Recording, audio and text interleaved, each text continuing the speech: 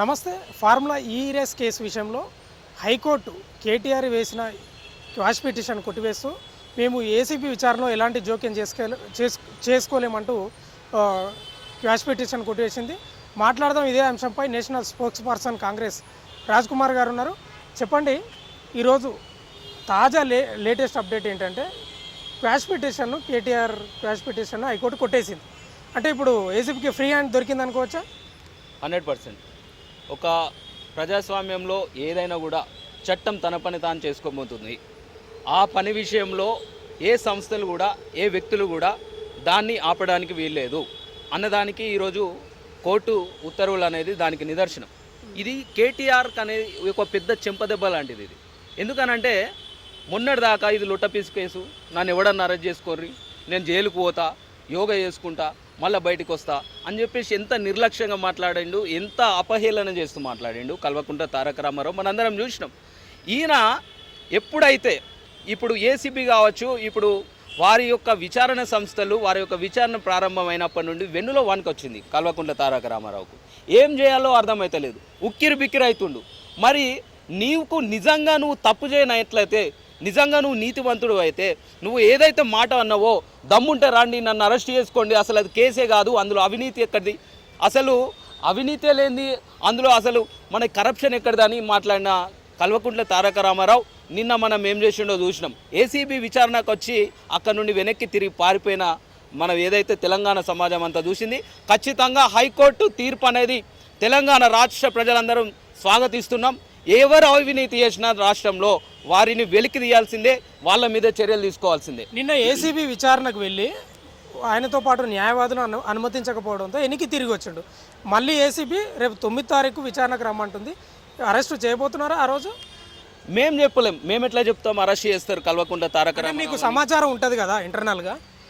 ఏదైనా కూడా ఏ ఇంటర్నల్ సమాచారం అయినా ఇప్పుడు చట్ట సంస్థలు ఏవైతే అవినీతి నిరోధక సంస్థలు ఏవైతే ఉన్నాయో అవన్నీ కూడా విచారణ చేస్తున్నాయి. దానిలో మనం జోక్యం చేసుకోవడానికి లేదు. మా యొక్క ముఖ్యమంత్రి రేవంత్ రెడ్డి గారు కానీ మా మంత్రులు గారు కానీ విచారణలో జోక్యం చేసుకోవడానికి లేదు. చట్టం తన పని దాన్ని చేస్తుంది. ఏదైతే బీఆర్ఎస్ పార్టీ నాయకుల ఆరోపణలు చేస్తున్నారో ఈరోజు మేము ప్రశ్నిస్తున్నాం కాబట్టి మా మీద దాడులు చేస్తున్నారు, అరెస్ట్ చేస్తున్నారు అని మాట్లాడుతుండ్రు. అరే సన్నాసులారా, ఈ 10 ఏళ్ళు తెలంగాణ రాష్ట్రంలో ప్రశ్నించే గొంతులు అందరినీ అంచివేసిన దొంగ వెదలు మీరు. ప్రశ్నించే గొంతులు లేకుండా చేసిందే మీరు.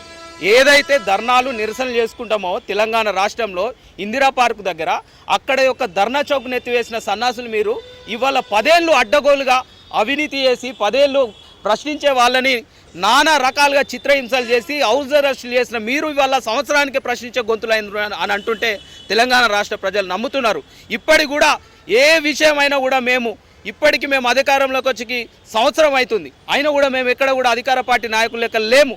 గత 10 ఏళ్ళు ఏ విధంగా ఈ యొక్క బీఆర్ఎస్ పార్టీ నాయకుల అవినీతి మీద, వీళ్ళు చేసిన అరాచక పాలన మీద కొట్లాడినామో, సంవత్సరం నుండి వీళ్ళు ప్రభుత్వంలో చేసిన అవినీతిని, ఈ అసమర్థతని, ఈ అసమతుల్యాన్ని, ఏదైతే అస్తవ్యస్తం చేసిన ప్రభుత్వ వ్యవస్థలన్నిటిని కూడా గాడిన పెట్టడానికే ఇప్పుడు ఒక ప్రతిపక్ష నాయకులా కూడా మా యొక్క నాయకులు ఏదైతే అధికారంలో ఉండి కూడా పనిచేయాల్సిన పరిస్థితి వీళ్ళు తీసుకొని వచ్చారు. ఖచ్చితంగా ఎవరు తప్పు చేసినా వాడిని లోపలేయాల్సే ఉంటుంది, వాడిని చట్టం ప్రకారం శిక్షించాల్సే ఉంటుంది. కేటీఆర్ ప్రధానంగా ఆరోపిస్తున్నది అంటే పోలీసులు రాజమౌళి కంటే మంచి స్క్రిప్ట్ తయారు చేస్తున్నారు, నన్ను లోపలేయడానికి అంటున్నాడు.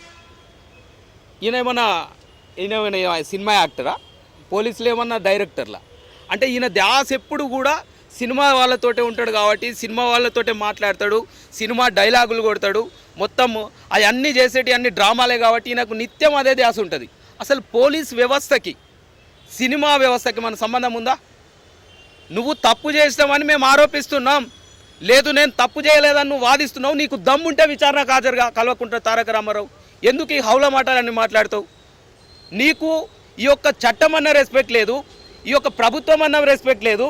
అడ్డగోలుగా 10 ఏళ్ళు అధికారంలో ఉండి నీకు ఇష్టం వచ్చినట్టు ఆటలు ఆడుకున్నావు కల్వకుంట్ల తారక రామారావు. ఈరోజు నువ్వు చేసిన తప్పు అనేది నీకు వెన్నులో జ్వరం పుట్టిస్తుంది.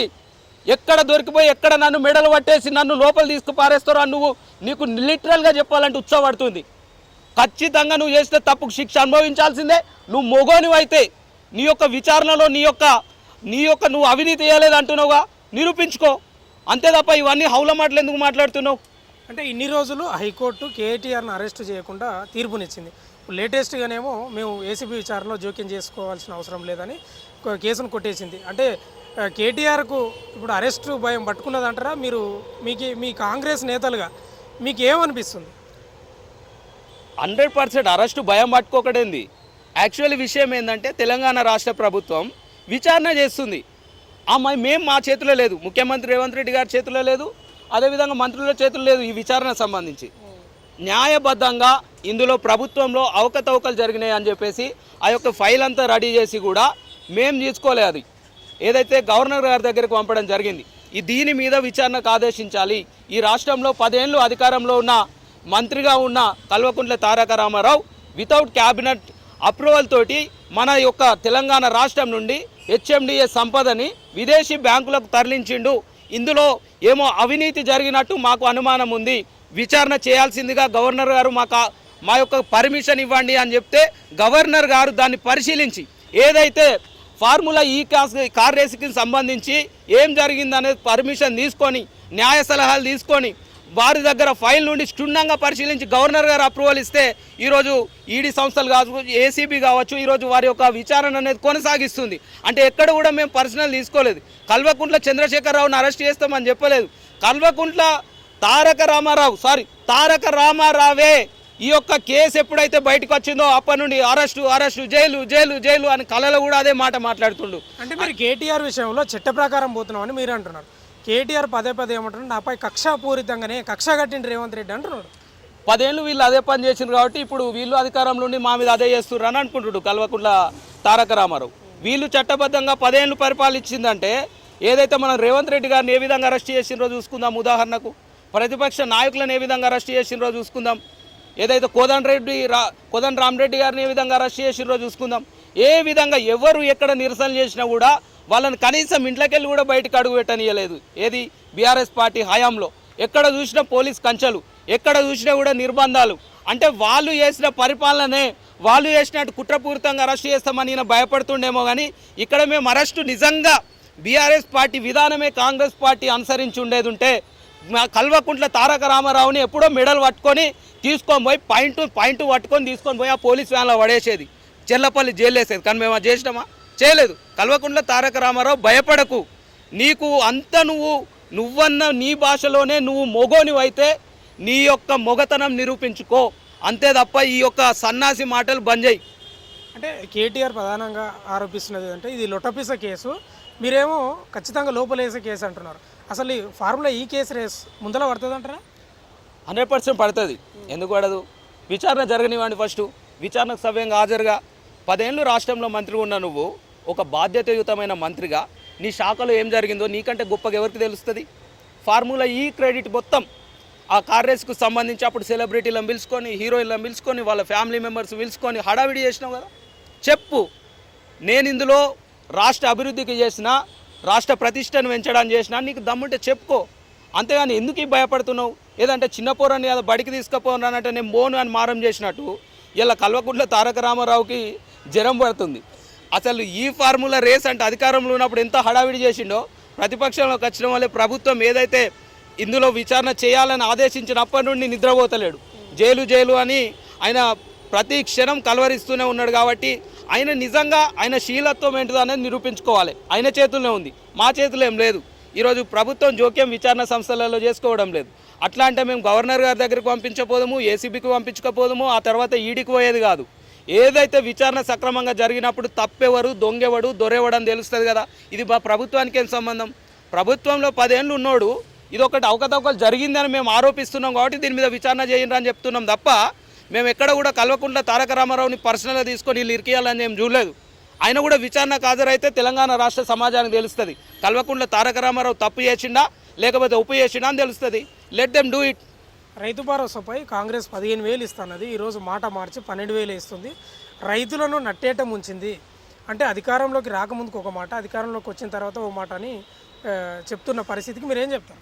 రైతులను నట్టేట ముంచడం అని అంటే ధరలి లాంటి ఒక దగా వెబ్సైట్ని తీసుకొని వచ్చి ఈ యొక్క తెలంగాణ రాష్ట్రంలో 1000 ఎకరాల భూములను అన్యక్రాంతం చేసి రైతుల మధ్య తగాదాలు సృష్టించి, గెట్టు పంచాయతీలు సృష్టించి వాళ్ళ ఉసురు తీయడం రైతులను మోసం చేయడం. అంటే రైతులను దగా చేయడం అని అంటే ఏదైతే ₹1,00,000 రుణమాఫీ చేస్తామని చెప్పేసి దాన్ని ప్రజలకు రైతులకు చెప్పి అధికారంలో ఉన్నన్ని రోజులు చేయకుండా చేతులు ఎత్తేయడం, అది రైతులను మోసం చేయడం. అంటే రైతులను దగా చేయడం అని అంటే ఏదైతే రైతు బంధు అని పేరు చెప్పి వెంచర్లకు, గుట్టలకు, కొండలకు వందల కోట్లున్న బడా నాయకులకు వేసి 22,000 కోట్ల ప్రజాధనాన్ని వృధా చేయడం రైతు దగా చేయడం అని అంటే. ఈరోజు రైతును దగా చేసి కౌలు రైతులను 5,000 మందిని పొట్టన పెట్టుకున్న ఈ బీఆర్ఎస్ పార్టీ నాయకులు రైతుల గురించి మాట్లాడే అర్హత లేదు.